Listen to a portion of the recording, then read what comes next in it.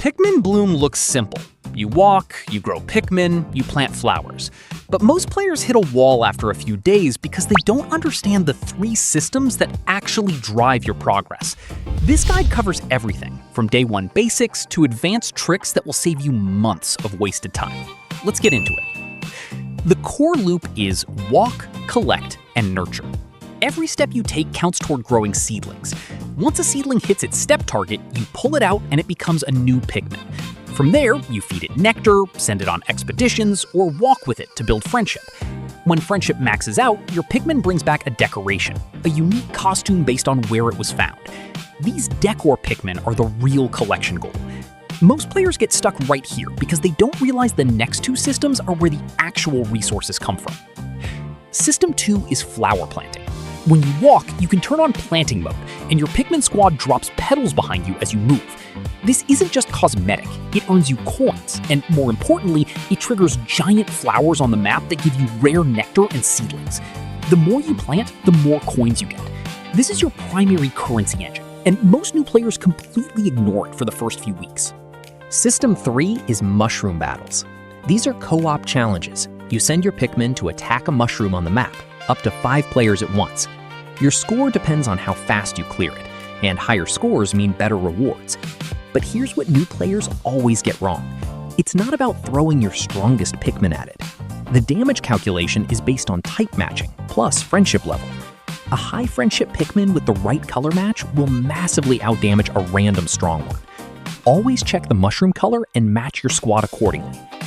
Now, here's the trick most players learn way too late: the travel Pikmin trap. If you pick up a seedling while you're traveling overseas, that Pikmin's decoration is tied to that location.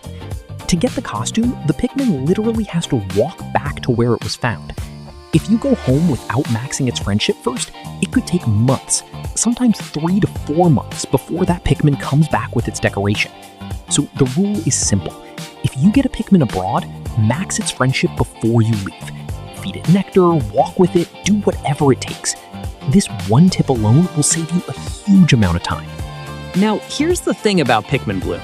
Everything runs on steps. No steps, no seedlings, no flowers, no coins. And if you're in a situation where you can't walk, bad weather, busy schedule, limited mobility, your progress just stops. That's where I use PoGoSkill. It's a location changer that lets you simulate walking routes directly on a map. You set a path, choose a realistic walking speed, and your device moves along that route. Your Pikmin grow, your flowers plant, your steps count, all without physically going outside. The joystick mode is especially useful for mushroom battles. You can position yourself in your mushroom locations that aren't in your neighborhood and join battles you'd otherwise never reach. And remember the travel Pikmin problem? If you missed maxing friendship on a trip, you can use PoGoSkill to simulate being at that location again, which dramatically speeds up the decoration process instead of waiting months. It works on both iOS and Android, no jailbreak or root needed. Free to download, link is in the description. So to recap, the 3 efficiency pillars in Pikmin Bloom are steps convert to resources, petals convert to coins, and type match squads maximize your mushroom rewards. Master these 3 and you'll progress faster than 90% of players. If you found this helpful, subscribe. Drop a comment if you have a Pikmin Bloom question I didn't cover.